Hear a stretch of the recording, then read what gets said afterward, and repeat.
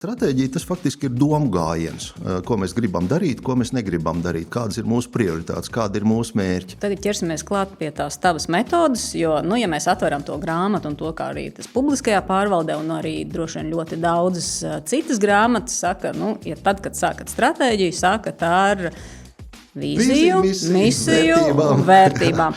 Un bieži vien iestrēgs tajā, sāk diskutēt, kas ir kas, bet tev ir citādāka pieeja. Stratēģija tas ir tāds labs iemesls sasaukt savus cilvēkus kopā un paskatīties gan uz to, ko mēs darām, gan uz to, kas ir pasaulē notiek.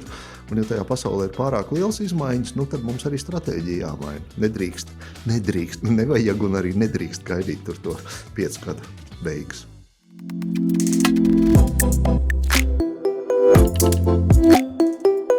Mans vārds ir Ines Brokāne-Zarāne, un jūs klausāties vai skatāties Valsts administrācijas skolas podkāstu Izaugsmes formulu, sēriju cikls Mācīt spēks. Pie manis šodien studijā ir Māris Millers, uzņēmējs un biznesa konsultants, kā arī savas organizācijas MM studiju vadītājs un dibinātājs. Sveiki, Māri! Sveiki un sveicināti visapkārt! Un nedaudz vairāk par Māri droši vien varēs pats pastāstīt, bet es ieskicēšu, ka Māris Valsts administrācijas skolā vadīja mācību programmu vidējā līmeņa vadītājiem Sinerģiju, kuras mērķis bija attīstīt tā saucamās gan līderības un komandu kompetences, gan cietās kompetences par stratēģiju veidošanu un procesu īstenošanu. Tā kā prieks, Māri, gan par novadītajām sesijām, jo mācību programma ir noslēgusies, kopumā tu esi novadījis 13 grupas, vai ne? Jā, 13 grupas, un jāsaka arī paldies par šo piedzīvojumu un paldies par šo pieredzi. Satiku ļoti daudz interesantus un zinošus cilvēkus un zinātkārus. Un cilvēki bija no dažādām organizācijām ar dažādu pieredzi, gan jaunāk, gan vecāk, un patiesībā tas bija ļoti interesanti ar viņiem strādāt. Un, ja es varēju būt noderīgs šajā pasākumā, tad par to vēl jau vairāk prieks. Jā, un jāsaka, runājot par noderību, par to, ka tiešām ārkārtīgi augsts arī novērtējums ir šīm mācībām. 9 un 10 ir vidējais novērtējums, un es arī pati piedalījos, lai saprastu, kā tad šīs mācības norit. Un tas, kas man aizrāva tieši tavās mācībās, bija par stratēģiju veidošanu, jo ar stratēģiju veidošanu es neesmu uz jūs, ir bijusi sasaiste, un tas tomēr tā tava pieeja ir atšķirīga nekā tāda klasiskā pieeja, kā sākt un kā domāt par stratēģiju, un tāpēc arī šodien es ceru, ka mēs iziesim cauri tieši tavam redzējumam un tavai pieejai, bet varbūt no sākuma pasaki, kas tevi aizrauja tādā stratēģijā un procesu vadībā, jo tur neesi pirmo gadu, vai ne? Viss jau ir atnācis pats kaut kādā, es jau vidusskolā varbūt vai skolā tur nesapņoju kļūt par stratēģijas konsultantu un vēl jau vairāk par pasniedzēju. Bet tā dzīve ir paspēlējusies tādā veidā, ka es augstskolu beidzot nonācu strādāt lielā sakaru uzņēmumā, kas tolaik saucās Latelekoms. Sāku kā inženieris, tajā vienā organizācijas galā pie mikroshēmām un gaismas diodiem un signālu pārraides ar 2 megabit sekundē ātrumu, kas ir mazi cipari. Ja. Organizācijā pārmaiņas sākās, un tad kaut kādā brīdī nonāca kopā strādāt ar vadības komandu, gan kā vadības komandas sekretārs, būt klāt tajā lēmumu pieņemšanā, kur tie lielie direktori un lielie vadītāji lemj par to, kas darās ar organizāciju. Un pēc tam arī vairākus pats reorganizāciju projekts jau vadīja un biznesa plānošanu. Līdz ar to es izgāju vismaz vienā lielā organizācijā cauri tam visam procesam no tā brīža, kad tu saproti vai nesaproti, kas organizācijā notiek, beidzot ar to, ka tu pats veido gan tās pārmaiņas, gan to komunikāciju, lai tās pārmaiņas izdodās un lai ir uz labu. Un tāpēc es tā teiktu, stratēģija ir viens no tādiem klucīšiem tajā visā. Ja? Es negribu teikt, ka ar to viss sākās, un es negribu teikt, ka ar to viss beidzās. Un tagad, sanāk jau 20 gadus es esmu tajā lomā, ko varētu saukt par konsultantu vai treneri vai pasniedzēju vai reizēm pārmaiņu projektu vadītājs, atkarībā no kāds man ir projekts un kurā organizācijā vai kādā uzņēmumā es nonāku, un tie ir citreiz lielāki un citreiz mazāki. Un tāpēc es tā caur visu savu dzīvi, to savu pieredzi esmu savācis kopā to, kas ir pārbaudīts uz cilvēkiem, pārbaudīts uz organizācijām, un es teikšu tā, darbojas. Un ja nedarbojās, tad liekam nost un meklējam citas risinājumus. Ok, tu minēji, ka stratēģija ir viens klucītis. Tas nav tā kā obligātā sastāvdaļa, vai tomēr ir obligātā sastāvdaļa. Ja mēs atgriežamies pie publiskās pārvaldes, mēdz būt situācijas, kad kādai no iestādēm uz kādu brīdi nav stratēģija vai vēl nav apstiprināta. Bet, ja mēs prasītu darbiniekam, viņš teikt, ir vai nav, nav jau tā, ka tāpēc es nezinu, ko nākt un darbā darīt. Tad kāda ir tā loma, cik liela ir tam stratēģijas klucītim visā organizācijas attīstībā un pārmaiņās? Valsts pārvaldē ir interesanti tas, ka stratēģija saskaņā ar likumu ir ierakstīta, ka katrai organizācijai un ar valsts kapitāla sabiedrībām arī stratēģija ir jāveido. Bet kas ir stratēģija? Stratēģija tas faktiski ir domgājiens. Ko mēs gribam darīt, ko mēs negribam darīt, kādas ir mūsu prioritātes, kādi ir mūsu mērķi. Un jāsaka tā, vai tā stratēģija ir uzrakstīta grāmatā vai dokumentā, vai viņai tur šobrīd ir uzlikts paraksts un, apstiprinājuma zīmogs, vai tas ir varbūt cilvēku prātos vai vadītāju prātos, tāpēc es tā teiktu, stratēģija vienmēr kaut kur prātā ir, vai vismaz tas virziens. Cita lieta, ja mēs mēģinam uzrakstīt grāmatu pēc kaut kādiem priekšstatiem, tad gan sākās ir, atveram jebkuru mācību grāmatu, 50. gados mācīja stratēģijas rakstīt vienā veidā, 70. gados citā veidā, 90. gados atkal mainījās pasaulē, un tagad par to stratēģiju, vai par to, ko mēs saucam par stratēģiju. Tā atkal ir priekšstati citi, un jāsaka tā, visi viņi ir pareizi. Un tā varbūt atkal ir laime, vai tā ir tā nelaime, ka savā laikā tās visas domas ir bijušas atbilstošas un ir pareizas. Jautājums, vai tas dar tai manai organizācijai, vai manam uzņēmumam, vai manam departamentam, vai manai komandai. Un tāpēc es teikšu, tiem vadītājiem jāizvēlās, tas jāpieņem drosmīgais lēmums. Ko rakstīt, kā to veidot, kā iesaistīt savējos, un te atkal, pasaule ir pilna ar visādiem piemēriem, gan labiem, gan sliktiem. Ņemam tos labos piemērus, mācamies no labajiem, kā to dabūt gatavu, kā to uzrakstīt, lai tas ir skaidrs un iedvesmojošs vai saprotams un parāda to virzienu, kurā iet. Un te ir arī tas jautājums. Tad kurš virza to stratēģijas izstrādi? Jo, jāsaka, mana pirmā saskara publiskajā pārvaldē veidojot stratēģiju bija tāda, lai vadība uzraksta, iedod, tad mēs īstenosim. Tagad ir attīstījies tomēr, ka tā ir tāda koprade un sabalansētība, jo iespējams kādus no jautājumiem zina tikai tas, kas reāli strādā, un vadība to nevar zināt un attīstīt. Kā tu redzi un kāda ir tava pieeja? Kāda ir tā vadības loma un kāda ir tā darbinieku iesaiste tās stratēģijas? Un vai var stratēģiju izstrādāt vispār darbinieku, aiznest vadībai un teikt, mēs radījām, tagad vajag tikai apstiprināt? Ja mēs parakātos lielajā pasaulē, tad ir visādi piemēri vai dažādi piemēri ir bijuši. Un atkal jāsaka, visi ir... Katrā organizācijā vai katrā dzīves posmā vai uzņēmumā viņi ir nostrādājuši. Ir vieta, kur tiešām ir svarīgi, ka līderis pasaka, mēs iesim tādā virzienā un darīsim to. Un ja viņš ir tas līderis tāds tiešām iedvesmojošs un savus cilvēkus parauj līdzi, tad varētu arī tā būt, ka tur tas viens vadītājs arī pasaka tos virzienus un uzraksta apstiprina. Gan jau ir bijuši arī piemēri, ka darba ļaudis vai darbinieki saraksta un pasaka tos virzienus, un tad kādam ir jāpieņem lēmums apstiprināt, vai tā daram vai tā nedaram. Šai projekta ietvaros man nācās arī drusku vairāk uzmanības pievērst likumdošanai. Ja. Likumā ir rakstīts, par stratēģijas izstrādi ir atbildīgs vadītājs. Tad mēs varētu teikt, tad lai viņš arī raksta vai viņa. Ja? Bet likumā jau nav pateikts, kā to stratēģiju izstrādāt. Un tāpēc cilvēki atkal rīkojās vai pēc savām izjūtām, vai pēc savas iepriekšējās pieredzes. Un, es tā ieteiktu, ka tomēr tie cilvēki, struktūrvienību vadītāji, tie tēmu vadītāji, tie procesu zinātāji, tie klientu pārzinātāji, kaut kādā veidā viņi ir jāiesaist. Un te ir tā māksla, ja tu iesaisti 3 vai 5 cilvēkus, tad tu sasauc vienā istabā un strādā ar viņiem, it kā var tikt galā. Ja tu gribi iesaistīt 50 cilvēkus, tad tas jau ir cits pasākums. Un daži vadītāji varat izvēlās, uzaicina kādu konsultantu, lai viņi tur uzraksta. Jūs mākat rakstīt, jūs mākat to visu skaisti noformēt. Atnāk konsultanti, tad jau atkarīgs atkal vai no tā darba uzdevuma, vai no tās konsultanta sirdsapziņas. Vai mēs apkopājam visu informāciju, kas kaut kur dokumentos ir rakstīta un uzrakstam smuku grāmatu, ko pēc tam iesniegt apstiprināšanai. Vai arī reizēm ir tie konsultanti, kas vāc tos cilvēkus kopā uz darba grupām, uz apspriedēm, uz brainstormiem, kā viņas tur varētu teikt, un tad beigās mēģina to stratēģijas dokumentu strukturētā un jēgpilnā veidā sastādīt. Un tāds, es teiktu, tad tie konsultanti nav konsultanti, tie varbūt ir procesa moderātori. Un tas, ko es cenšos darīt arī, paldies, mani labi skolotāji iemācīja, ka tā vērtība ir moderātoram. Nevis atnāk viens gudrais no malas un visu uzraksta tīri un pareizi, un tad neviens nesaprot, kas te notiek, kāpēc mēs to darām, kurš to ir uzrakstījis. Un pretestību uzreiz, Jā, kāds protams, cits atnāca, loģiski, vai ja ne? es nesaprotu, tad es, ja?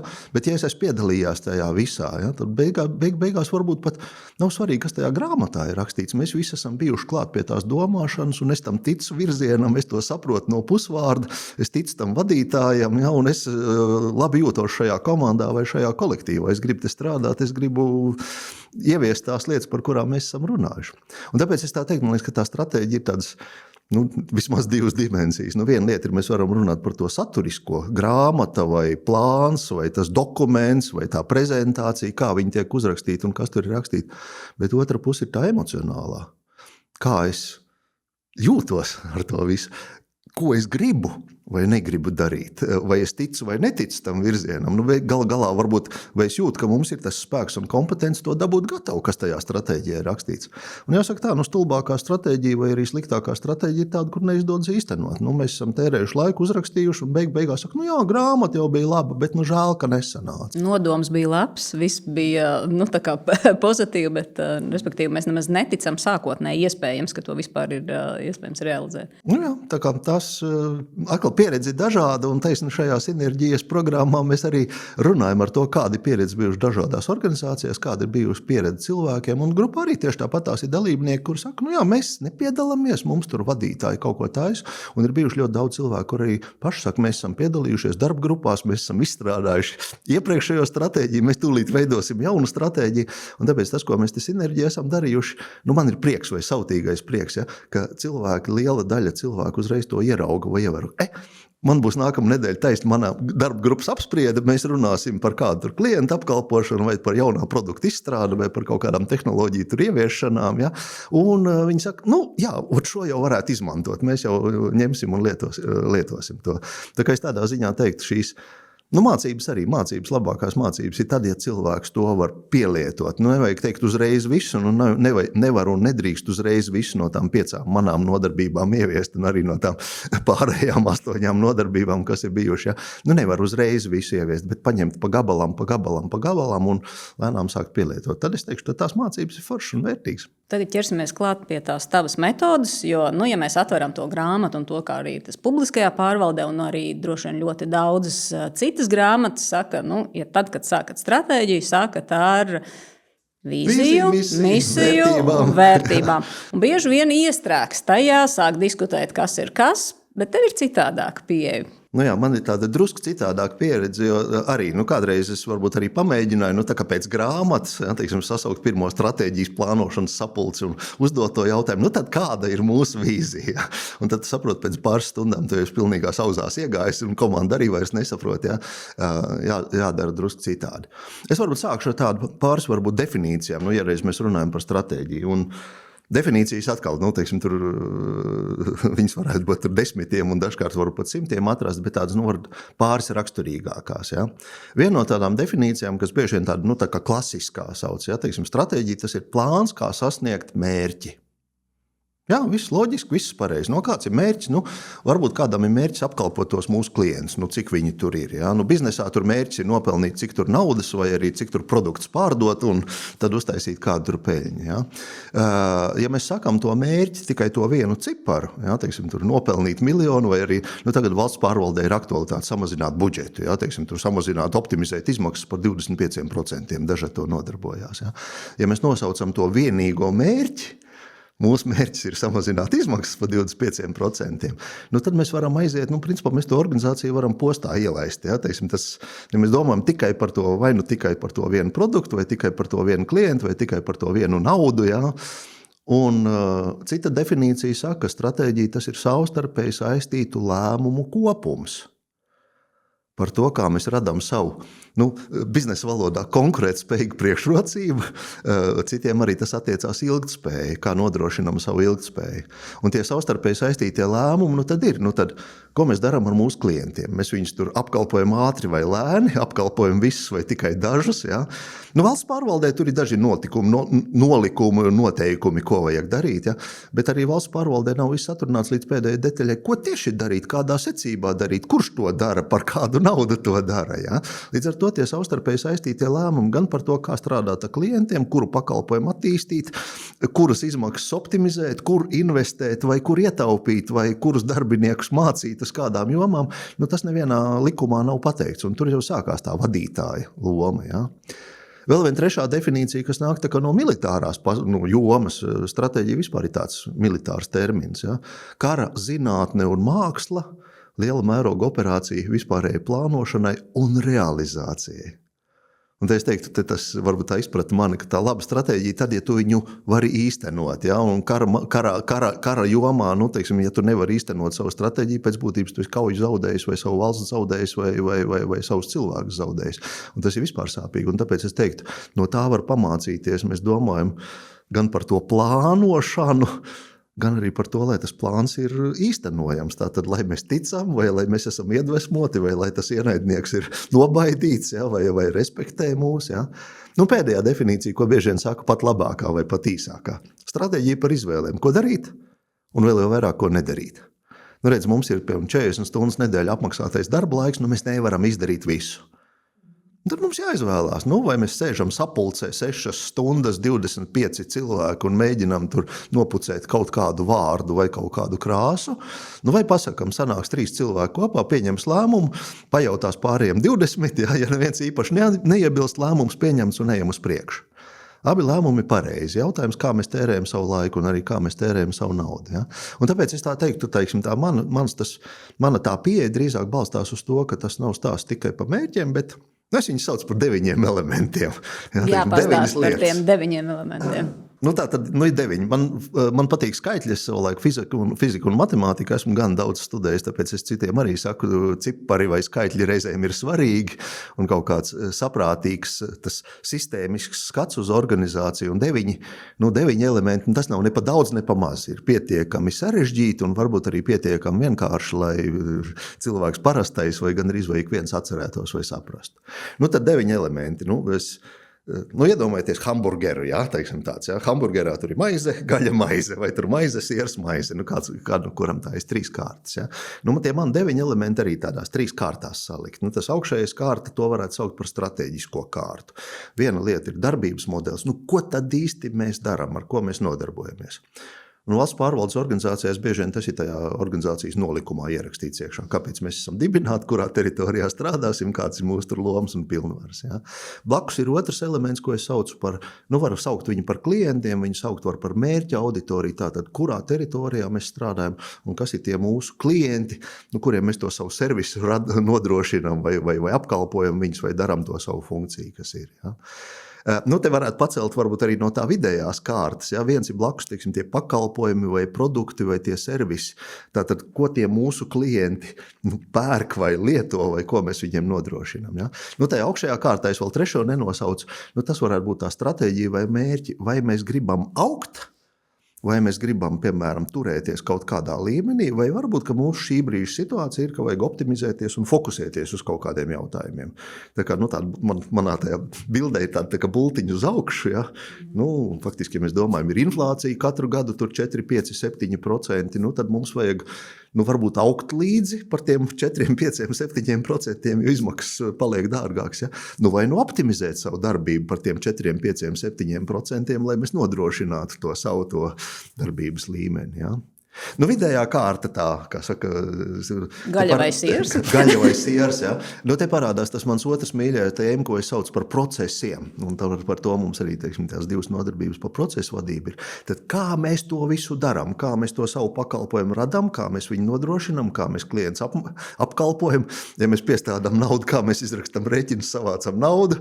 Un tā tālāk. Un kā mēs pat plānojam savu biznesu vai kā mēs tīram savus telpas. Ja tie procesi lielāk vai mazāk organizācija mums jādomā par tiem procesiem. Un jādomā arī par to, tad kurš to dara. Vai tie ir mūsu pašu darbinieki, tāpēc darbinieki vai tā organizācijas struktūra, tas ir vēl viens elements tajā visā. Vai varbūt mēs izvēlamies, ka nevis mūsu cilvēki to dara, bet to dara mūsu kādi apakšu uzņēmēji vai piegādātāji vai partneri. Jāsaka tā, viss ir atļauts, visu drīkst. Vadītājiem vai vadības komandai ir kaut kādā brīdī jāpieņem lēmums.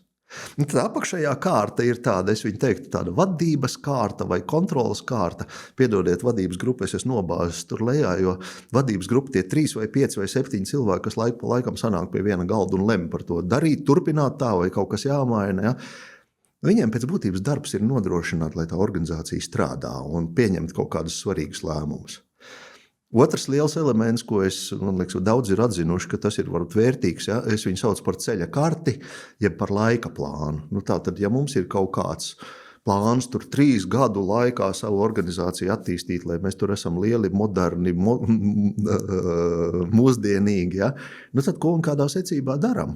Un ko mēs darām tagad, kas ir jāizdara tātad līdz jūnijam, līdz jāņem, līdz vasaras atvaļinājumiem, kas ir jāizdara līdz 1. septembrim vai kas ir jāizdara līdz jaunam gadam. Un te varbūt ir, es to ceļa karti cenšos zīmēt tādā 2-3 gadu griezumā, tādā ilgākā laikā, jo bieži vien daudz fokusējās uz to, ka mums ir mūsu gada budžets, jāiekļaujās budžetā, gads beigsies un tad jau domāsim, ko darīt tālāk. Tā organizācija jau agrāk jau bija, un es ceru, ka viņi arī turpmāk būs. Ja? Un tāpēc ir jādomā arī par to, kas mums jāpaspēj izdarīt šogad, un kas būs tas, ko mēs esam ieplānojuši vai paredzam darīt nākamajā gadā, un varat arī pēc 3. Un tev ir ļoti laba metode tieši tajā ceļa kartē, kas man aizrāva arī mācībās, ka tomēr ir tāds fokus, ka tuvākajam periodam ir ļoti detalizēti aprakstīts, ko mēs darām, un jo tālāk ir, tādiem lieliem vilcieniem vairāk, vai ne?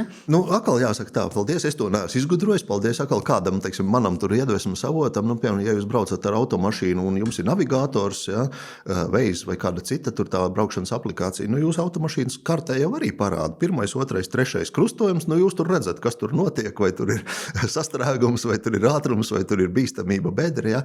Pēc tam tur navigatorā ir parādīts, ka tur pēc 10 kilometriem būs jāpagriež pa kreisi, ja, un tur vēl navigatora redzams, tas gala mērķis pēc 120 kilometriem. Tieši tas pats arī ir. Ja mēs dzīvē vadamies apmēram pēc tā, ka man ļoti interesē tie tuvākie 3 mēneši vai 3 nedēļas, vai tad, ko tieši darīt, varat arī savā plānošanā tieši tā arī jādara. Tuvākās nedēļas un mēneši mums jāsaprot un jāplāno gan arī pa datumiem, pa dienām. Ja kaut kas nāk uz jauno gadu, tad varbūt jāsaprot, vai jāpabeidz līdz 1. janvārim, vai jāpabeidz līdz Ziemassvētkiem, vai jāpabeidz līdz decembra vidum. Ja, bet tas, ka kaut kas notiksies nākamajā gadā, ja vien tie nav kaut kādi lieli dziesmu svētki, kur ir ar akmeni iekaltu datumu, vai ar kaut kāds tur likuma spēkā stāšanās datums, kuram arī ir kaut kāds noteikts datums, ja, tad vienkārši saprotam, to mēs darīsim pavasarī, to mēs darīsim rudenī. Un nāks tuvāk, tad varbūt atkal precizēsimies, kā būs pasaule mainījusies, ja, un kurā datumā tad ko sāksim un beigsim. Tas nenozīmē, ka tie 3 gadi ir jāietilp, bet es vēl vienu par ceļa karti gribu, kas man likās arī tāds, vismaz tajā grupā, kur es biju, visi atzina par tādu labu esam, ka ne tikai ieplānot, ko es plānoju darīt, bet kas notiek apkārtējā dzīvē, kas reāli ietekmēs. Un bieži vien plānojot, mēs ļoti šauri paskatāmies, ko mēs darīsim, bet gala beigās citi notikumi ārējie ļoti ietekmēs, un ka tas arī ir jāatspoguļo. Paldies, tas atkal ir no dzīves ņemts, ja mēs neatceramies un palaižam garām to, kas mēs apstiprinām plānu, ka tagad nedēļu darīsim to, mēnesi darīsim to, pēc 3 mēnešiem, kas tur mums gatavs, ja, un tad mēs gribējām to plānu apstiprināt februārī, bet izrādās, ka mēs viņu apstiprinām maijā, un tad sanāk mūsu 2. mēnesī iestājas Jāņu un iestājas vasaras atvaļinājumu, un viss mūsu plāns faktiski nobrūk. Ja? Vai arī tas, ka mēs citiem kaut kas tur pilsētas plānošanā notiek. Pēkšņi sākt būvēt tiltu, vai arī tilts nāk gatavs kaut kur. Ja? Faktiski viss satiksme pilsētā mainās. Ja? Un ja tu plāno savu to darbību tajā rajonā, un pēkšņi tev iet pāri tilts vai šosē vai ceļa remonts, ja? Tu izrādās, tu nevari vairs darīt tās lietas, ko tu biji kādreiz ieplānojis. Un tas pats ir arī kaut kādām politikas izmaiņām vai degvielas cenu izmaiņām. Ja? Tās lietas, kas ir ārpusē, reizēm ir jāpaskatās arī, un tas ir tāds. Ja katru dienu varbūt nevajag, bet reiz 3 mēnešos ir jāpaskatās, kas notiek ārpasaulē, un vai tas gadījumā nemaina mūsu plānus. Tas bija tas, kāpēc tajā ceļa kartē arī ieplānot Jāņus, ieplānot Ziemassvētkus, ieplānot 1. septembri, jo visi būs ar bērniem 1. septembros prom tajā pasākumā. Ja? Un tas ir Tie bija 8 elementi, ko es paspēju nosaukt. Jā, teiksim, tāds vēl viens tas klucīts, tur ir vidū finanses, jeb naudu skaitīt. Un tā, man liekas, arī viena neatziņa, ko es te mēģināju caur šo te nodarbībām dzīt cauri, ka ir jāskaita nauda, ir jāskaita savs laiks, jo arī tas faktiski mēs tērējam savu algu vai savu budžetu uz to kaut kādiem darbiem. Un ka pieliekam saviem tiem kļūt lielākiem, kļūt modernākiem, kļūt ātrākiem, kaut ko pātrināt. Ja mēs pieliekam skaitļus klāt, un arī naudu klāta, naudas to dimensiju, tad faktiski tā brīžam emocionālā diskusija kļūst par ļoti racionālu. Ja kāds saka, tos ir ieviest, ir sarežģīti. Ja tas prasa 1000 eiro, tad tas ir jautājums par to, vai mums ir 1000 eiro vai nav. Ja tas ir sarežģīti un tas prasa 1 000 000, tas jau ir cits jautājums. Ja? Kur mēs to 1 000 000 dabūsim, vai no savu budžetu, vai mums jāmeklē kaut kādu Eiropas naudu, vai kāds cits labvēlis, kurš mums to naudu atnesīs. Vai tas ir jāplāno tur gadu, 2, 3 gadus iepriekš, lai mēs pie tā tiktu. Ja? Tāpēc tā naudas dimensija ir svarīga. Un arī publiskajā pārvaldē, vai ne? Tieši arī publiskajā pārvaldē, jo bieži vien tie, tās runas ir par tiem teikumiem vai tekstiem. Ja? Un brīžam es mācu, nosauciet pilnā teikumā, ko jūs taisties darīt. Vai, ja tas ir sarežģīti, kas tieši ir sarežģīti? Jā, mums nav 4 cilvēki, kas to varētu izdarīt. Tātad tev pietrūks 4 cilvēki. Vai arī mēs to nekad neesam darījuši. Tātad tev vajag kaut ko iemācīties vai kādu palīgu vai kaut ko ar kādu pakonsultēties. Ja? Un bieži vien tie īsie vārdi, tas, kā bieži vien SWID analīzē cilvēki ieraksta, ja? Teiksim, tā mazā analīze. Mums ir profesionāls kolektīvs, mums ir neskaidra politiskā situācija, mums tur ir tehnoloģijas kā iespējas vai tehnoloģijas kā drauds, ja, teiksim, tad tu īsti nesaproti, kas ar to īsti ir domāts. Ja, ja mums saka, teiksim, ka mums ir ļoti laba 1, 2, 3, 4 sistēma, kur mums ir tur dati reģistrēti un kas, bet mums nav IT sistēmas, kur klients varētu pieteikt vizīti caur telefonu vai caur internetu. Ja, tad tu faktiski uzreiz atrodi, ka, teiksim, kas tevās tehnoloģijās ir labs un kurš ir tā viena lieta vai tās 2 lietas, kuras tev vajag vai nu ieviest, vai nopirkt, vai uztaisīt. Un tāpēc arī tā kā aicinu, ka jūs domājat, runājat tādiem drusku garākiem teikumiem. Un pielieciet arī saprāta robežās to skaitlīti klāt. Vai cik tas maksās, vai arī kāds būs tas laika ieguvums, vai cik tur cilvēki ir vajadzīgi. Tāpēc arī tā stratēģija, bieži vien saka, tas ir tas biznesa plāna vai budžeta jautājums, tā kā mēs nākam pie skaitļiem. Bet, manuprāt, jau tie stratēģiskie tie virzieni, viņi arī ir jāilustrē gan ar tiem saprātīgiem teikumiem, gan arī ar tiem vismaz saprātīgiem skaitļiem. Un cilvēki no skaitļiem baidās, jo cik tas maksās? Es nezinu, vai tas maksās tur 995 eiro vai tomēr 1012. Ja? Un tad cilvēks saka, es nezinu. Ja? Bet ja tu pateiktu, ka tas maksā ar kārtu 1000. Skaidrs, tad 1000 mēs varam tērēt, vai 1000 mums ir. Ja? Un tāpēc es arī tā mācu. Fizikā savulaik arī mācīju. Tad ir kaut kādi vērā ņemamie lielumi un kaut kāds kļūdas intervāls. Ja? Tad vismaz nosauc apmēram par kādu skaitli iet runa. Ja? Un tad tu saproti, tas ir apmēram 1000. Un tad varat arī to precizējis, vai tādā es citreiz saku 3 lasījumos, un pirmajā lasījumā tu saproti, ka tas maksās 1000, otrajā lasījumā tu precizē, izrādās tas maksās tur 1024 eiro, ja? Labi, tas vēl nav traki, ja? Un trešajā lasījumā tu tad precizē, kurā veikalā to var nopirkt, un varbūt, ka tādā brīdī tur ir atlaide, ja? Un tu iekļausies savos 990. Es te mātājos ar skaitļiem tādā ilustrācijā, jo bieži vien es arī aicināju, nosauciet savu drosmīgo skaitli. Kā jums šķiet, cik jūs klients esat apkalpojuši? Cik jums izmaksā viens darbinieks? Cik jums izmaksā viena sapulce? Cik jums izmaksā viens brauciens uz objektu, ja jūs braucat uz objektu? Ja? Un bieži vien, teiksim, tas pēdējā kapeika vai tas pēdējais santīms vai cents, viņš varbūt nav tik nozīmīgs. Ir svarīgi zināt to, vai tas ir 100 vai 150 vai 50. Vai tas ir 1000 vai tie 10 000. Vismaz manā mācību grupā tas noteikti bija tāds viens moments, kas ir ņemams vērā pie domāšanas. Un bieži vien tas bija izlaists, jo publiskajā pārvaldē, ko mēs par naudu, bet izrādās var gan kaut kur piesaistīt, skatīties, kur to var atrast, caur kādiem projektiem to var dabūt. Jā, tā kā, tas bija tāds cita dimensija, kā skatīties. Un tas ir tas, kāpēc es arī aicinu skatīties nevis uz to stratēģiju, kā uz to dokumentu. Likumā tur ir pierakstīts, kādai jābūt stratēģijas struktūrai. Un tiešām tas pirmā rinda tur ir stratēģija, stratēģijā ir jābūt vīzijai, misijai, vērtībām. Ja? Bet tas jau nenozīmē, ka tieši tādā secībā tā stratēģija ir jāizstrādā. Tāpēc es varbūt teiktu, tas, ko es aicināju, pastamies uz mūsu, es viņu saucu par darbības modeli. Ko vispār mēs darām, cik mēs te esam, kādi mums klienti ir vai kādi ir mūsu pakalpojumi. Tad paskatāmies uz procesiem, kas mums notiek. Ko tas dod, kāpēc labi sākt ar to? Apskatīties, kas mums notiek, kā mēs strādājam. Manuprāt, cilvēks ir emocionāli būtne. Ja? Mēs visi domājam, ka mēs esam racionāli un mākam tur plānot, un mākam pieņemt lēmumus un vienosimies, ja katram būs argumenti. Ja? Bet cilvēks tomēr ir emocionāli būtne. Ja? Un mans kolēģis Rūta un Ilzija, viņas faktiski tās pirmās 8 dienas pavadīja ar grupām par to runājot, kādi mēs paši esam. Neracionāli, es tā negribu teikt emocionāli, bet tā racionālā tā ir tikai viena no dimensijām. Mums vēl ir temperaments, mums vēl ir domāšanas veids, mums ir vēl veids atšķirīgs, kā mēs pieņemam lēmumus. Un ja mēs te savā komandā tie 8 cilvēki, katrs citādāks sanāk kopā, tad tajā savā komandā mēs esam pavisam ņēgu citādi. Ja? Un tu nevari tikai izmantot tikai to vienu racionālo plānu vai vienu ceļa karti vai vienu mērķi vai vienu ciparu, lai pārliecinātu visus. Ja?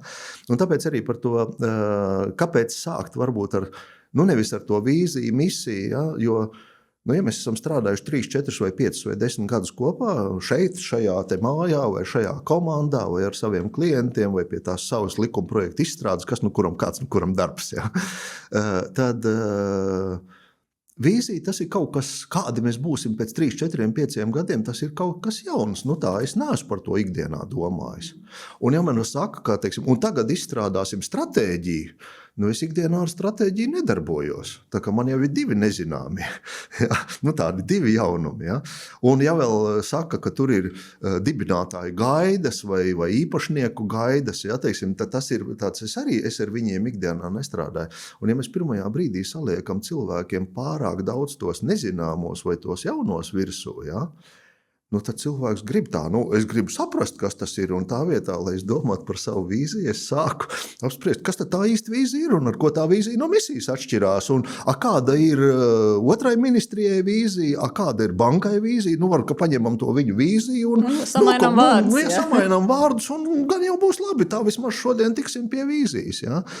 Un tā, man liekas, ir viena no tādām nelaimēm, ka tu nevari dot cilvēkam pārāk daudz jaunas, nezināmas informācijas. Un tāpēc, piemēram, darbības modelis, tas, ko es saucu darbības modeli, sataisam uz vienas tādas bildes, drusku jaunā formātā, kādu varbūt jūs neesat darījuši. To, ar ko tad īsti mēs nodarbojamies? Jā, mums ir tur departaments ar 300 cilvēkiem vai ar 80 cilvēkiem. Jā, mums ir telpa šeit Rīgas centrā, un telpa vēl tur ir Dobelē, un telpa vēl ir Daugavpilī, un telpa ir Liepājā. Mēs taisam tādu 1, 2, 3 pakalpojumus nodrošinām, un mums tur nāk katru dienu tur 50 vai 100 vai 600 klienti. Ja? Tās ir lietas, kuras es zinu un saprotu. Tikai formāts ir mazliet citāds. Un tātad to jaunumus vai tās jaunās lietas pilināt pa gabaliņam virsū. Nevajag uzreiz visu nogāzt. Un tīpaši, ja tie konsultanti dažkārt vai arī tie jaunie direktori nāk vai kaut kāds tāds, es zinu, kā jādara lietas pareizi, ja, tagad tas viss bija fufels, ja, tagad darīsim to citādi, cilvēks parastais apmulst. Un tā, kad es runāju kā moderators, varbūt, ka arī šajās nodarbībās es esmu bijis tāds lielā mērā, nevis tas skolotājs vai tas strostētājs, ka pareizi jādara tā, bet ir 5 un 10 dažādi veidi, kā to darīt. Jūs to droši vien esat darījuši vienā veidā. Tad pamēģinam tagad to jūsu darīto veidu attēlot drusku citā veidā, un tad mēs jau varam sākt to darbības modeli analizēt. Un, piemēram, kas tajā visā ir labi un jāsaglabā, kas tajā visā nav labi un būtu jāmaina. Un varbūt, ja mēs skatāmies uz savu to pieredzi, ko dara cita ministrija, cita iestāde, cita inspekcija, cits sociālais centrs, vai arī cits tur pašvaldības uzņēmums vai cita pašvaldība, mēs varam sākt skatīties, kas mums pietrūkst pilnai laimei, lai mēs būtu tikpat forši kā tie otri. Varbūt, ka tā ir kaut kāda tehnoloģija, varbūt tas ir kaut kāds pakalpojums, varbūt tas ir kaut kāds veids, kā mēs komunicējam ar klientiem vai kā mēs informējam savus klientus. Un tāpēc es teiktu, no tā savu zināmā lieta, tā solīti pa solītim veidojam to jauno nezināmo. Un cilvēki gan jūtās drošāk, ja? Gan jūtās iesaistīti, gan arī viņi ir piedalījušies tajā visā. Un pēc tam vairs nebūs problēmas ar to īstenošanu. Ja, teiksim, pēc būtības tā stratēģija, ja viņi ir paši piedalījušies, pašiem saprotamā valodā veidota, ja, tad jāsaka tā, vienalga, vai viņi apstiprinās vai neapstiprinās, vai tur tas zīmogs ir uzlikts vai nav, mēs zinām, kurā virzienā jāiet. Cita lieta, ja budžets ir jāapstiprina, ka tur ir ieplānot kaut kādu noteiktu naudas summu, tur tomēr tas zieģelis vai tas apstiprinājums ir vajadzīgs. Ja. Vai stratēģijā jāredz katram sevi? Pieņemsim, ir liela, mums ir ministrijas, un ministrijas pārvalda vairākas politikas. Man ir 20 politikas. Vai man sevi ir, vai mums jābūt, tad ir 20 mērķiem, mēs esam uztaisījuši reviziju, katrs var kaut ko savā jomā gan pateikt, kas viņam ir labi izdevies, kas ne, un vai stratēģija ir obligāti jāredz pilnīgi viss, ar ko mēs nodarbojamies, un tie uzstādījumi un mērķi jābūt ir visur. Te tā mazā lamata, ja, teiksim tāds, mēs nevaram, laikam, tīri tā racionāli, es gribu atvērt grāmatu un teikt, jā, tagad man ir pilnīgi skaidrs, kas man jādara, ja. Ja tā stratēģija ir tur 20 lapas bieza grāmata, kaut vai ar tur pāris bildēm vai pāris tabulām pielikumā, ja. Mēs nevaram tajā 25 lapu biezajā grāmatā uzrakstīt visiem 600 mūsu organizācijas cilvēkiem, kas kuram tieši ir jādara. Bet reizēm gribas to sevi redzēt. Jā, un tad jautājums, ka, teiksim, kā cilvēki to uztver, ja, bet, piemēram, par mērķiem runājot, es reizēm, tā viena no tām definīcijām bija stratēģija, ir, teiksim, tas plāns, kā sasniegt mērķi. Un ja tas mērķis ir tikai tur, teiksim, nogriezt 25% izmaksas, ja, samazināt, ja, tad ko es savāk te klienta informācijas centrā varu samazināt izmaksas? Tā jau man te, teiksim, tur es esmu tikai viens vai pusotra cilvēka, mēs te vispār esam atvērti tikai no 8 līdz 5, ja, teiksim, tā. Bet tā otrā definīcija stratēģija ir savstarpēji saistīta lēmumu kopums. Un tad es arī savās nodarbībās saku, ka mērķi arī ir savā starpā saistīti. Un es teiksim tā, lai vieglāk saprast, vai arī lai cilvēki, kas to ikdienā nenodarbojas, iedomājieties Ziemassvētku eglīti. Ja? Ziemassvētkus laikam te visi mēs daudz maz svinam, un eglīti ir tas mūsu aksesvārs vai tas simbols. Ja? Ja mums ir liela organizācija, tad mums tā liela ģimene, tad tā eglīte mums būs liela. Ja mums ir mazi, vai arī mēs esam tur studenti un mazbudžeta organizācija vai trūcīgi, ja, tad mums tā eglīte būs tāda maziņa, atbilstoši tur mūsu vēlmēm vai mūsu tur ģimenes skaitam, vai arī vispār, ko mēs gribam darīt, var, ka mums tikai to noskaņu vajag. Ja. Bet eglītē ir virtenis, un ja mēs runājam par mērķiem, piemēram, ir tas naudas mērķis, ja, piemēram, ja liela organizācija, tā, tad mums ir liels budžets, kaut kāds tur miljonos ir mērāms varbūt, ja. Mēs varētu teikt, ka tā eglīte mums ir liela, bet par ko mums dod to naudu, vai kāpēc mums to naudu iedod? Lai mēs savus klientus apkalpotu, vai arī mēs tiem saviem klientiem nodrošinātu to servisu, vai izskatītu tās viņu lietas vai tās sūdzības, kas kurai organizācijai jādara. Ja? Tātad klienti ir, teiksim, tātad mums tā nauda vai tas finanšu mērķis ir saistīts ar mūsu klientiem. Ko tie klienti no mums grib? Viņi grib no mums tos mūsu pakalpojumus, vai to produktu, vai to certifikāciju, vai to reģistrāciju, vai to akceptu, vai to sūdzību, vai to tiesas lēmumu, kas no kuram tas nāk. Ja? Lai pie tā produkta tiktu, mums ir process kaut kāds jāizdara. Kaut kas jāsaplāno, kaut kas jānopērk, kaut kas jāizdara, jāuzbūvē, jāuzraksta, jānosūta. Ja? Tad ir procesa dimensija. Un ja mēs gribam kaut ko darīt ātrāk vai lētāk, tad es teikšu, vēl viena tā virtene aiziet uz tas, ko es sauktu par tā investīciju vai attīstības dimensiju. Mums kaut kas jāiemācās darbiniekiem, strādāt ar datoriem vai mākslīgo intelektu. Ja? Varbūt, ka mums ir kaut kas jānopērk, mums ir jāuzbūvē jauna māja vai jaunas mēbeles jānopērk. Varbūt, ka mums ir kaut kas jāiemācās vai kaut jauni darbinieki jāpieņem 1 vai 2 vai 5 jauni darbinieki, kuri darīs tos darbus, ko mēs līdz šim neesam darījuši. Ja? Tātad tās virtenes ir savā starpā saistītas, un es teiktu, tajā stratēģijā katram tam darbiniekam vajadzētu tā kā ieraudzīt. Es tā teiktu, ja es esmu galvenais grāmatvedis, es skaitu naudu. Ja? Un ja es esmu tur klienta apkalpošanas cilvēks, tad uz mani attiecās tas, kas te ir rakstīts par klientiem, cik daudz tos klientus apkalpot, cik ātri viņus apkalpot un cik daudz tos servisus viņiem nodrošināt. Ja? Ja es šeit esmu IT cilvēks vai IT speciālists, tad man jānodrošina tas tur process ātrāk vai arī jānodrošina tik un tik to datoru darbību. Ja? Tāpēc es teiktu, tie mērķi ir tā kā Ziemassvētku eglītē. Jā, varbūt, ka viņi arī ir 11 vai 9 vai 12, ja, un citreiz arī valsts pārvaldē bieži vien samulst par to, ka likumā tur ir rakstīts mērķi, izpildes rādītāji, darbie sasniedzamie rezultāti. Ja, Prioritātes. Prioritātes, ja, un tad attiecīgi, ja to mēģina tikai aizpildīt kā veidlapu, ja, kā teiksim, man ir dokumenta veidlapa jāizpild, tad nosauksim 3 prioritātes, un tad ierakstam 1, 2, 3. Nosaucam sasniedzamos rezultātus, un tad es paskatos, visi būs laimīgi. Ja. Tad beigās sanāk pie kaut kāda tāda stulba. Bet ja tu domā par to, ka tas ir, tā kā Ziemassvētku eglītē, tās virtenes ir savā starpā saistīts, un kas ir jāizdara man, kas ir jāizdara tev, kas ir jāizdara viņiem, ko klients pats izdarīs. Ja, tas arī viens no procesa jautājumiem, ko mēs gribam, lai klients pats izdara. Varbūt viņš pats izlasa instrukciju vai pats izlasa informāciju, un tad viņš nāk jau ar gatavāku to pasūtījumu, ko viņam no mums vajag. Tāpēc es teiktu, tās lietas ir savā starpā saistītas, un, protams, katra organizācija ir atšķirīga, un te nevarētu būt, ka teiksim, tieši tā mēs nonākam. Tāpēc nav vienas receptes, kā to darīt pareizi, un lai visas organizācijas, vienalga vai tās ir komercorganizācijas, vai arī tās ir valsts pārvaldes organizācijas, vai tās ir pašvaldības, ka visas būs pēc viena ģīma un līdzība, un pēc vienām receptēm visu var uztaisīt. Tāpēc arī par tiem saviem 9 elementiem tā kā aicinu domāt, un varbūt brīžam jāsāk, teiksim, ja tev ir skaidrs mērķis, tad tu varbūt nosauc to mērķi, tad tu ielien procesos, tad tu padomā par darbības modeli vai par saviem klientiem, nauda.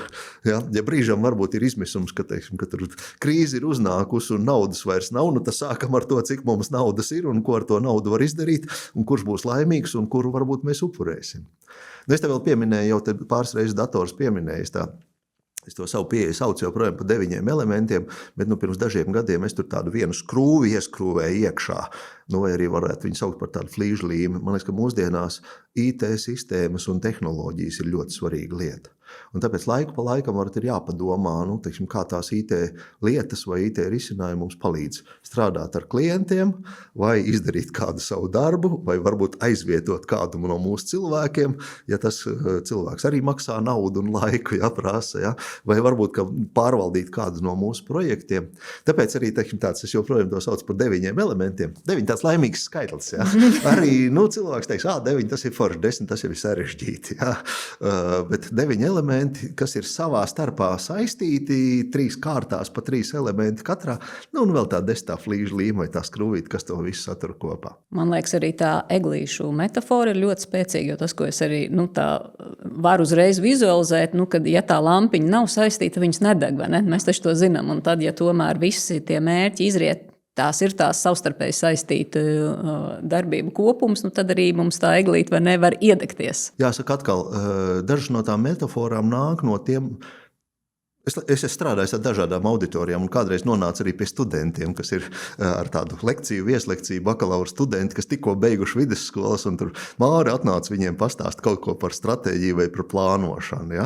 Es atnācu savā tajā valodā, tā kā pēc grāmatas tur jādara tas, jātais tas, un savu tie jaunie cilvēki skatās, tā nesaprata. Ja? Un es vienā brīdī tā runāju, ka nākamreiz, kad es atnācu pie viņiem, es teicu, runāsim par to lietu citādi. Piemēram, par to pašu darbības modeli vai to biznesa modeli, kā citreiz, ja viņi strādā pie kaut kādām biznesa idejām.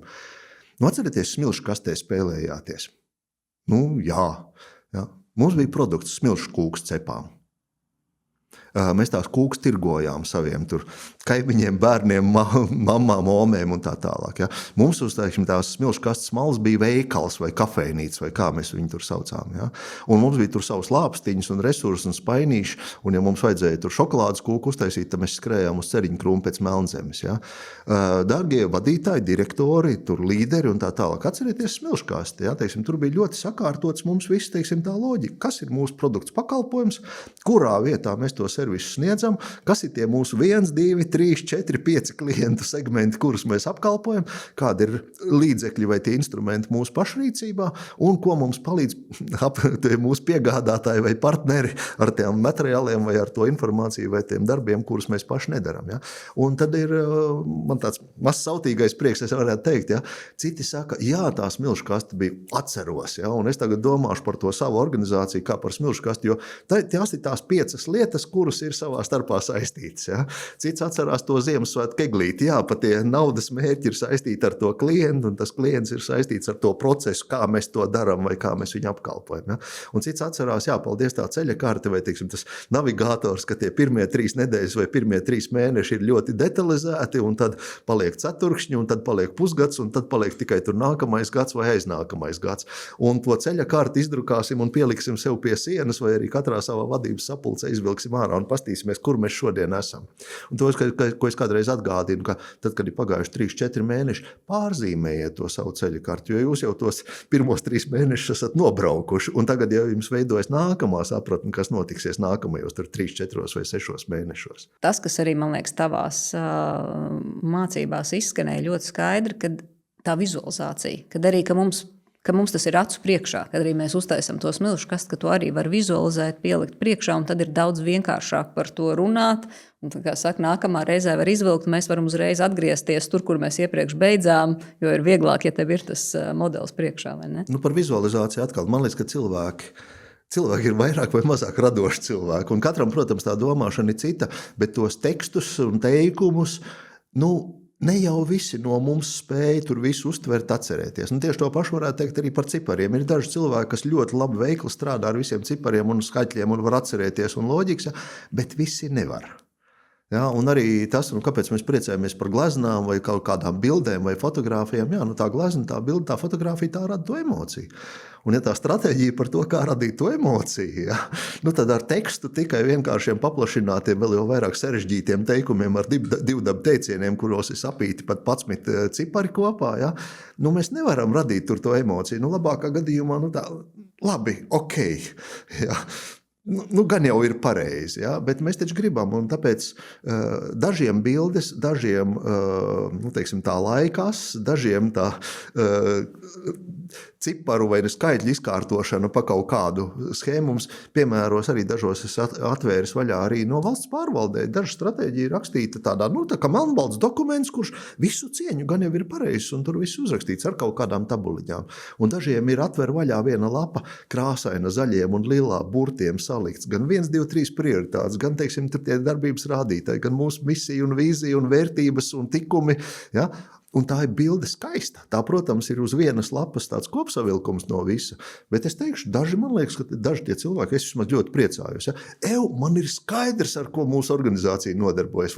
Un arī pat es varu ieraudzīt, ka tajā 3. kolonnā, 4. rindiņā tas ir tas mans process, vai tas mans klients, vai tas mans produkts, ar kur es nodarbojos.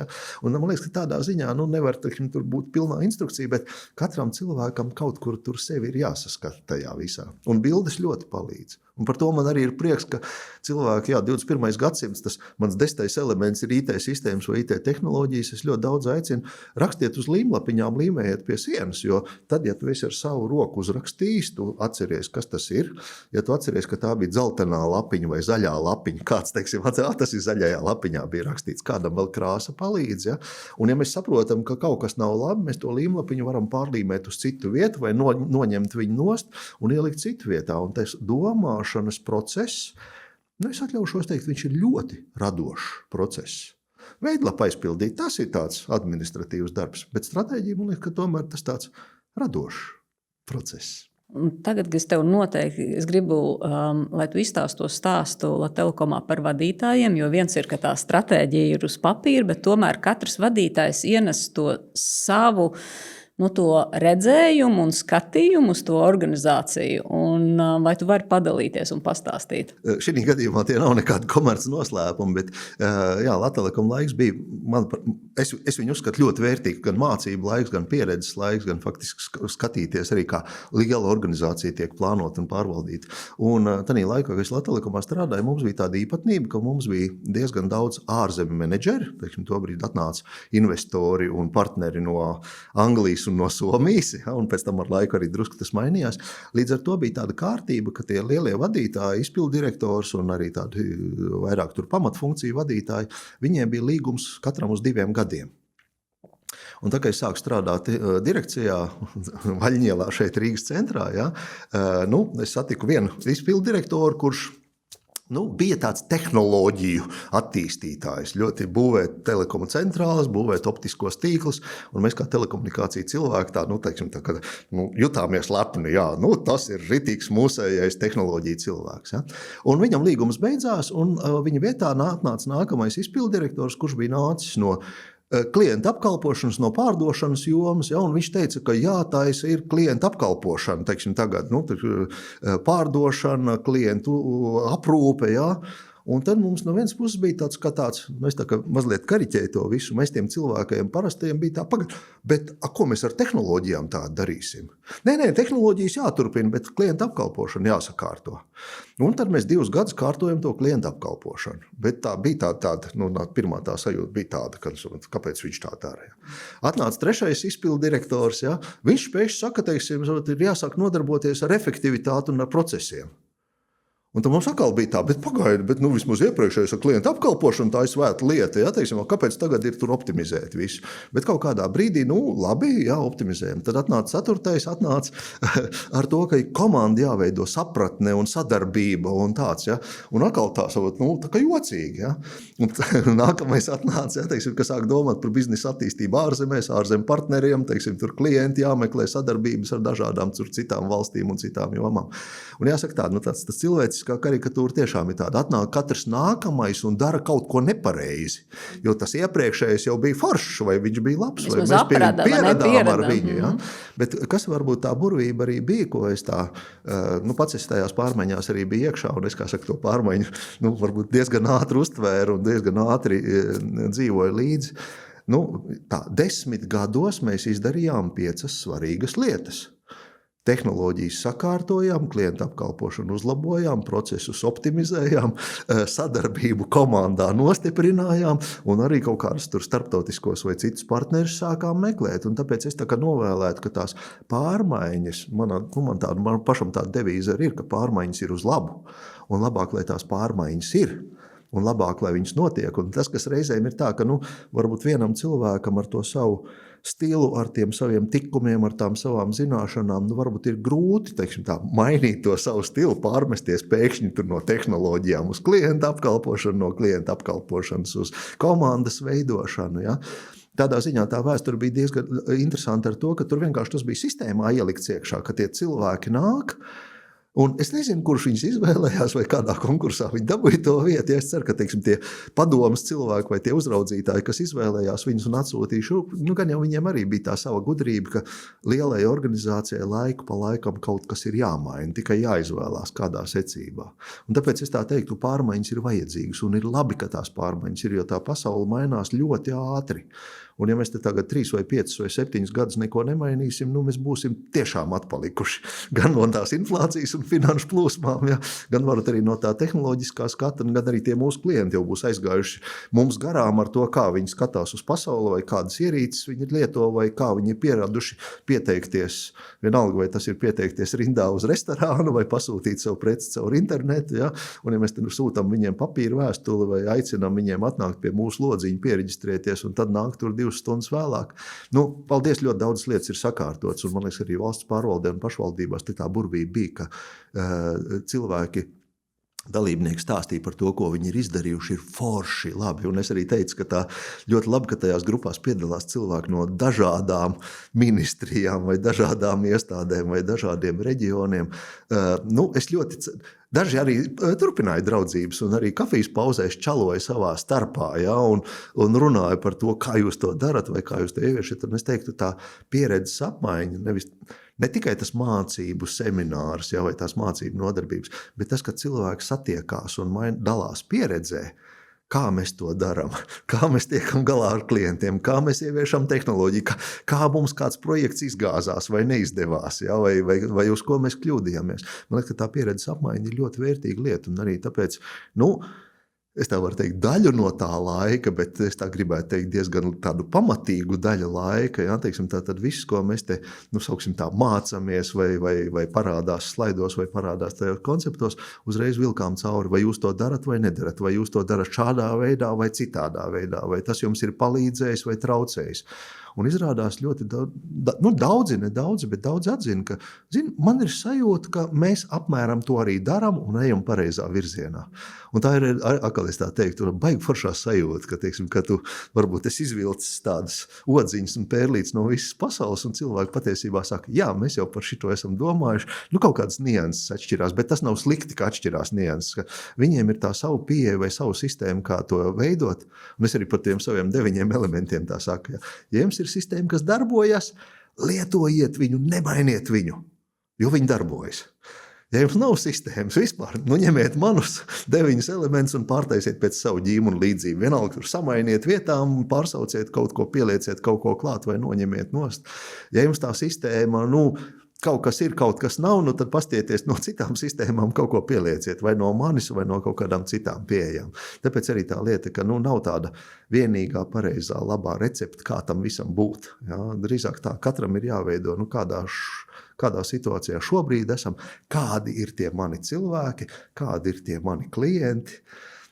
Ja tas ir pašvaldība, kā strādā citas pašvaldības, tepat blakus pa kreisi vai blakus pa labi, ja, un kā ar viņām vai sadarboties vai konkurēt, lai cilvēki nāk uz mūsu pašvaldību vai savas rūpnīcas vai ražotnes būvē mūsu teritorijā. Ja. Tā kā es arī teiktu, tajā valsts pārvaldē ir tā konkurence. Ir konkurence par darbiniekiem. Vai tas šoferis atnāks uz manu iestādi strādāt par šoferi vai aizies pie tiem otriem? Ja? Vai tas analītiķis vai tas datoriķis, viņš arī aizies pie tiem otriem vai atnāks pie manis? Ja? Un arī par kolektīvu. Ja? Teiksim, ne jau visu tikai alga izsaka. Ja? Teiksim, vai es gribu ar šiem cilvēkiem strādāt kopā, vai es jūtos labi? Vai mēs darām jēgpilnu darbu? Vai tas servis, vai tas apkalpošana, ko mēs darām, vai tam ir jēga, vai klients beigās pasaka mums paldies, un paldies, es nākšu vēlreiz, ja vien tā nosūdzība birojas, jā. Vai arī paldies, ka jūs atrisinājāt manu problēmu un man palīdzējāt. Jo tas arī likumā jau nav pateikts, to jau katrs izvēlās, kā apkalpot klientus, uz ko darīt, ko nedarīt, uz ko fokusēties, uz ko likt mazāk fokus, un cilvēki jau arī izvēlās. Es ceru, ka cilvēki grib jēgpilnu darba vietu. Jēgpilnu darbu darīt. Un tā ir tā pamatlieta, ne jau tas budžets vai ne jau tie darbības rādītāji bieži vien izsaka, vai tas ir jēgpilns vai nav. Man liekas, tu ļoti labi nopaļoji mūsu arī tādu sarunu un noslēgumu. Man liekas, jā, par to, ka tā stratēģija, manuprāt, arī ir laba tāda platforma, lai vispār paskatītos no augšas arī, kā mēs darbojamies. Tad, kad arī norit tas stratēģijas izstrādes process, bet man liekas, tas, ko tu arī caur tām mācībām saki, ka tas ir arī ikdienas process, kur tu ik pa laikam skaties, novērtē, paej to solīt tālāk, un nevar vienā dienā arī ir labi skatīties uz 3 gadiem, bet ir jāsaprot, ka ik pa laikam mēs to piezūmojam klāt to, ko mēs redzam tūmā, un paskatāmies, kas varbūt izmainās attiecībā uz tiem nākamajiem gadiem. Tas nav akmeni iekalts 5 gadu plāns, ja, paiet gads, paiet 2 gadi, kaut kas ir jākoriģē, un man prieks arī no dalībniekiem daži saka, jā, mēs tur pirms 2 gadiem uztaisījām, pagājuši gadu nokoriģējām. Un ir arī kāds piemērs, ka tur bija stratēģija tur 23. 27. gadam, un tagad šogad 26. gadā, vēl negaidot to gada beigas, jau ir uztaisīta stratēģija 30. gadam. Tātad pasaulē kaut kas ir mainījies tik daudz, ka mums vajag jaunu 5 gadu skatījumu. Un gan jau kaut kas no tā viss turpinās, un kaut kas būtisks ir pamainījies. Tāpēc es arī teiktu, ka tas ir tas stratēģija, tas ir tāds labs iemesls sasaukt savus cilvēkus kopā un paskatīties gan uz to, ko mēs darām, gan uz to, kas ir pasaulē notiek. Un ja tajā pasaulē ir pārāk liels izmaiņas, tad mums arī stratēģija jāmaina. Nedrīkst, nevajag un arī nedrīkst gaidīt tur to 5 gadu beigas. Es domāju, ka tie gan, kas skatījās, gan kas klausījās, redz, ar kādu entuziasmu tu runā. Un arī katrās mācībās liekas, ka tas ir kā tu atradi un kurā brīdī tu saprati. Es saprotu, ka vidusskolā tu nezināji vēl, ka tu, bet šobrīd, tad, kad tu runā, kā tu zināji, ka jā, es esmu īstajā vietā un šis ir tēmas, par kurām es gribu runāt. Nē, droši vien jau kaut kādā brīdī man cilvēki pateica, paldies, Māri, paldies, es beidzot sapratu, vai arī paldies, tu beidzot izskaidroji. Un varbūt ar makli. Es tagad nezinu, vai Latelekom laiks bija tas pirmais lielais laiks, ja runājot par plānošanu vai tādu organizācijas attīstību. Tas laikam bija tas laiks, kad es strādāju ar vadības komandu kopā, un mums atkal brīžam bija labi konsultanti, no kuriem mācīties, ja, un brīžam arī bija kādi cilvēki, arī tā pieredze, ka gadās, ka šitā vairs nedarīsim, ja, vai arī tā bija kļūda kaut kā darīt. Mēs arī no savas pieredzes mācījāmies. Ja, un jāsaka tā, šī programma lielā mērā arī ir iedvesmota droši vien no tiem darbiem un tiem notikumiem, ko es arī Latelekom laikos darījām. Un, ar Rūtu un ar Ilzi un ar Jāni mēs arī tajā laikā sadarbojamies. Un, jāsaka tā, ir arī kāds, skolotājs vai tāds iedvesmotājs, ko varētu teikt, no kā es diezgan daudz mācījies. Varbūt arī te programmā kāds ir pieminējis cilvēku vārdā Deklana. Jā, lūdzu. Deklans Fitzsimons, ja, izklausās, viņš nav latvietis. Ja, un man pirmā satikšanās ar Deklanu bija tad, kad viņš mācīja mums angļu valodu jaunajiem telekoma speciālistiem un jaunajiem vadītājiem. Ja. Un viņš cilvēks īrs pēc tautības precīzi no Lielbritānijas. Viņš mums mācīja angļu valodu, nezinot neviena vārda latviski. Un tad, piemēram, tā mācīšana bija tāda, ja, I'm happy, un to seja tādu uztais tādu laimīgu, I'm sad. Ja? Un faktiski arī sākot ar to, ka, lai tu iemācītos angļu valodu vai svešu valodu kaut ko jaunu, ja? Mēs zīmējām bildītes un lipinājām viņus pie sienas, tie atslēgas vārdi. Mēs emocijas paudām, mēs gājām teikt atbildi, un tad tev jāizdomā, kāds bija mans tev jāizdomā jautājums, uz kādu es atbildēju. Bija ļoti daudz kustības, ļoti daudz tieši tādas sapratnes veidošanas un tādas, smadzeņu un emociju iekustināšanas. Ja? Un beigās, mēs nemākam, bet ar tiem saviem 5, 10, 50, 100 vārdiem mēs varam sazināties. Ja? Un tā varbūt ir tas, ko es no Deklana sākotnēji mācījies, vispār to komunikācijas mākslu ar cilvēkiem, ka tu drīksti būt happy, ja, un tu drīksti būt sad, ja, un vēlāk mēs pēc dažiem gadiem jau arī strādājam kopā pie organizāciju pārmaiņām, un tad viņš mums palīdzēja arī, tā vadības grupa un tā reorganizācijas komanda tā lem tos racionālos jautājumus, kādai būt struktūrai, kur tur attīstīt, ko tur optimizēt. Ja? Un Deklans mums palīdzēja veidot tieši to emocionālo fonu, kā par to runāt ar cilvēkiem, kā iesaistīt cilvēkus, kā tās ziņas pasniegt, un no turienes arī nāca, ka, tev ir jāstāsta par to, ko tu esi iecerējis. Tev ir jāatļauj arī, ja kaut kādas organizācijas izmaiņas notiek, tas ir kaut kāds zudums, zaudējums, sāpe vienam otram. Tev jāļauj arī sērot vai raudāt par to, ja tu kaut ko zaudē. Tas ir cilvēcisks emocijas, un mēs tā jūtamies. Un tad, kad es jau sāku ar saviem klientiem strādāt, tad es ļoti daudz esmu ņēmis līdzi. Arī to izpratni, kas ir tajā līderības un komandas kursā, tas MBTI, kur ir, vai tu esi introverts vai ekstraverts, vai tu esi domājošais vai intuitīvais cilvēks, vai tu balsties uz sajūtām, vai tu visu pārmēri, ja, cilvēki ir dažādi. Un arī tas bija tas, ko mēs pirmoreiz Telekom laikā varbūt tā iepazinos un atguvu. Un tas ir tas, ko es esmu nesis līdzi. Cilvēks ir ļoti arī emocionāli būt. Un arī, ka mēs veidojam tās pārmaiņas, mums jārēķinās ne tikai tā racionālā puse, bet kā mēs šo emociju novadīsim vai tajā virzienā, ja, un kā cilvēks iesaistīt, un arī kā komunicēt vai kā pasniegt tos lēmumus, lai viņi ir jēgpilni. Un tad droši vien arī, ja tu neatceries manas biznesa modeļa Osterwalder formulu, kurā tur ir 9 savstarpēji saistīti klucīši, viņam arī ir 9 un citi drusku, jā. Un tad, ja tu sāksi strostēt, kā tu neatceries Osterwalder, es Osterwalderu vispār nepieminu. Es pastāstu par smilšu kasti, kurā ir atceries 5 lietas. Tu nevar atcerēties 9 varbūt, bet tu atcerēsies 5, jā. Un tās ir savā starpā saistītas. Un tāpat tās arī, pret mērķiem izturamies kā pret Ziemassvētku eglīti, jā. Lietas ir savā starpā saistīts. Tikai tā, tur to drusku loģiku varbūt citādi izkārtot. Ja? Un tā laikas arī ir. Man nevajag tur to nedēļas Excel ierakstīt, kurā 16. jūnijā vai 30. septembrī mēs kaut ko sāksim. Bet tas būs tur vasarā vai tas būs rudenī, un tad nāks tuvāk, mēs to datumu precizēsim. Ja? Kurā brīdī, kas ir svarīgi. Un tāds... man prieks, ka tās lietas izdodas un ka tās varbūt cilvēkiem palīdz. Ja? Es domāju, ka tas bija diezgan tāds liels jaunums. Runāt par emocijām droši vien. Tagad mēs arvien vairāk saprotam, ka emocijas ir normāla darba sastāvdaļa un ka jāņem vērā, jo kādreiz jau bieži vien tomēr bija tas, ka ir jānodala. Darbā mēs esam profesionāļi un emocijas tad tur ārpus. Jā, tu esi vīrietis, tu nedrīkst raudāt, darbā mēs esam profesionāļi, jā, teiksim, izturamies lietišķi, jā, bet tā dzīve jau nav ideāla. Mēs neviens cilvēks neesam ideāli. Un, jā, paldies, man ir tur enerģija un es stāstu tur varbūt kaut kā brīžam bildes, brīžam joks, brīžam kādu dzejoli saskaiti. Ja?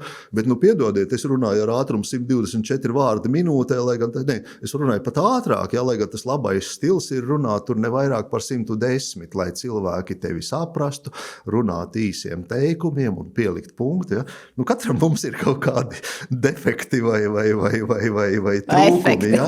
Un arī tajā pašā laikā katram mums ir efekti, un arī tie cilvēki, kuri varbūt dusmojās par pārmaiņām vai izsaka savu neapmierinātību, arī tā ir vērtība. Viņi domā par mūsu organizāciju, viņiem uz sirds ir kaut kas tāds, ko viņi grib pateikt, un tāpēc varbūt arī viņus vajag iesaistīt iekšā, nevis apklusināt. Kā ja tu nepiekrīti, ej prom, ja? Bet tu domā par mūsu organizāciju, arī tavs viedoklis kaut kādā brīdī ir vajadzīgs. Un ja tā līmlapiņa ar to teikumu, ko viņš tur uzrakstīs, parādīsies pie mūsu kaut kur tajā strateģiskajā mērķa kartē vai vēl kaut kur, ja, teiksim, vai tajā ceļa kartē, ka par to jāparūpējās, viņš kļūs par mūsu pārmaiņu fanu. Viņš teiks, ka jā, es esmu piedalījies, mani ņēma vērā, es gribu turpināt strādāt šajā organizācijā. Un es esmu palīdzējis. Mēs esam emocionāli. Un arī mēs katram mūsu viesim uzdodam jautājumu, lai bišķiņ vairāk. Viens ir, kad ir tā profesionālā puse, ko mēs redzam, bet mēs gribam arī nedaudz par to cilvēku, kas ir atnācis pie mums uz sarunu. Mēs prasām pastāstīt par grāmatām vai filmām vai mūziku, jo parasti jau tā ir, kad zinot jau kādu veidu cilvēks, ko klasa, ko klausās, kaut ko jau spējam pateikt un izsacināt no cilvēku. Un, kad mēs tev prasījām, tu teici, tas ir diezgan sarežģīti, jo tu vari nosaukt ļoti daudz cilvēkus, kas ir ietekmējuši tevi, un par Deklānu mēs jau izrunājām, tev bija daudz arī citi vārdi, bet es varbūt tās minēšu filmas, ko tu tomēr apdomājot teici, ka šīs ir tās, kas tev varētu raksturot, un tu minēji filmas Love Actually, tāda ir mīlestība, Šokolāde, un arī viena no latviešu filmām, Mans draugs nenopietns cilvēks. Kas šīm filmām ir kopīgs, kas varētu būt tevi raksturojoši? Jā, tas jautājums, kādas grāmatas vai kādas filmas tev ir ietekmējuši, tas patiešām, es laikam no cilvēkiem, no grāmatām, no filmām paņemu pērlītes, varbūt, ka reizēm pat filma ir bijusi draņķīga, bet tur ir kolosāla pērlīte. Šīs trīs ir, manuprāt, labas filmas, un es varu ieteikt noskatīties, ja jūs neesat redzējuši tur Šokolādi, kaut arī viņas jau ir 20 gadu senas filmas. Ja. Love Actually, tas ir tāds kaleidoskops, tāda ir mīlestība, viņi bieži vien rāda uz Ziemassvētkiem. Ja. Tur ir dažādi cilvēki. Tur ir kāds tur boss, un kādi tur jefiņi, un kādi tur iemīlējušies, un kāds tur rakstnieks laimīgs, nelaimīgs. Ja? Un kas tik ar viņiem tur notiek, un patiesībā tas ir tāds kaleidoskops tiešām par to, cik mēs cilvēki esam dažādi. Un tur ir brīžam tās epizodes, ka gribās smieties, un brīžam epizodes, piedodiet, es vīrietis arī kādu asaru notecinu un nekautrējos no tā. Ja? Tanī brīdī, kad tas rakstnieks atnāk, un tur, teiksim, tur Bonita Aurēlija atzīstās mīlestībā, kurā tur portugāļu valodā, ko viņš ir kalis iekšā. Ja? Patiesībā tāds ļoti daudz tādi cilvēku stāsti un arī tie kuriozi varbūt, ja? Teiksim, kas tā dzīve notiek. Tāda, es teiktu, ne tikai mīlestība, bet tāda ir dzīve. Un arī tas epizode, ka lidosta ir redzējusi vairāk īsta emociju nekā baznīca un dzimtsraksts birojas. Ja? Cilvēki priecājās, cilvēki raud. Ja? Un man liekas, ka tas arī ir atgādinājums par to, ka mēs esam emocionāls būtnes. Es atkal tūlīt atcerējos filmu Asaru notecināšu. Ja? Šokolāde, Žilieta Binoša un Džonijs Depps 2000. Gada, ja nemaldos filma. Ja? Viena dāma nonāk ar mazu meitiņu tādā vienā mazpilsētā, un nolemj atvērt šokolādes veikalu, jeb, teiksim, tur kakao vai karstās šokolādes veikalu. Ja? Un tas ir taisn uz gavēņu laiku, un tie vietējie konservatīvie cilvēki tagad vispār dāmas sarkanā mētelī un ar tādiem uztver, un tur viņi nodibina tomēr, teiksim, tāds atrod atkal dažus cilvēkus, kas patiesībā grib ar viņu draudzēties un kontaktēties. Ja? Un tāds arī, faktiski, no biznesa viedokļa, es teiktu, taisīt biznesu pilnīgi tādā, kā saka, tādā dīvainā vietā, kur, principā, normāls cilvēks nelīst, un arī ļoti daudz cilvēcības, un arī ļoti daudz emocijas. Un jāsaka, tur var arī vēl viena mācība, viens no maniem biznesiem, kurā es savu laiku ieinvestēju un gribēju uztaisīt, viņš bija balstīts uz šokolādi, un tā atziņa varbūt arī tāda, ja. Netaisiet biznesu tajās lietās, kas jums garšo. Tas arī tāds, teiksim, tas, kas mums tur izdevās un neizdevās tajā biznesā, es viņus arī nesu līdzi caur to pieredzi, kā notiek uzņēmumos vai kā notiek attīstībā, un tāpēc es tā teiktu, ja kādreiz rakstīt memoāru grāmatu, iespējams, ka viņi sauktos rūgtā šokolāde. Ja? Tāpēc, ka tāds arī, tas sasaucās gan ar to filmu, gan arī ar to manu pieredzi. Ja? Un mans draugs nenopietnas cilvēks, tas atkal ir latviešu klasika, kolosāla filma par vienkārši, kas viņš tur santehniķis vai kas viņš tur, teiksim, tur metinātājs, kur patiesībā ļoti svarīgi gan savu darbu izdarīt, gan arī godprātīgi izturēties pret cilvēkiem un arī neaizmirst par saviem tuvajiem, kā reizēm tur aizmirst sievai dzimšanas dienu, ja, pārāk daudz strādāja, ja, un, teiksim, un tās ir tādas, man liekas, tās filmas ir atdod tādu atgādinājumu gan par cilvēciskām lietām, gan arī šo pamāca par kaut kādiem dzīves brīnumiem, kas ar mums dažkārt notiek. Māri, man liekas, tas, kā tu šobrīd noraksturoji, ir tas, kā es arī tevi redzu, gan esot tavās mācībās, gan sarunā, tu esi ļoti cilvēcīgs, emocionāls, un tu runā ar lietām tik aizrautīgi, ka gribās iet līdzi. Tā kā, paldies tev, manuprāt, katrs, kurš ir bijis tavās mācībās, ir saņēmis to tavu enerģijas un varbūt tādu motivāciju, par kuru tu varbūt tās nemaz nezini, bet kurus es dzirdu staigājot kabinetā ar Māri, vai es tagad teicu, ka es nākšu runāt, cik forši, jā, vairāk viņa idejas tā kā dzirdēt un iedot iespēju tā kā tās apgūt. Tā kā paldies tev par to, ko tu dari, bet vēl pašā noslēgumā varbūt tās ir kaut kas tāds, ne šokolādi domāju, bet varbūt tās ir kaut kas tāds, kas ir tavs nākamais projekts, tavs izaicinājums, pie kā tu strādā vai ko tu gribētu sasniegt, jo es zinu, ka tu gan raksti mūziku, gan skrien maratonus, iespējams, ar kādam gatavojos. Jā, pēc 3 nedēļām skriesim. Arī maratona, jā? Maratons, jā.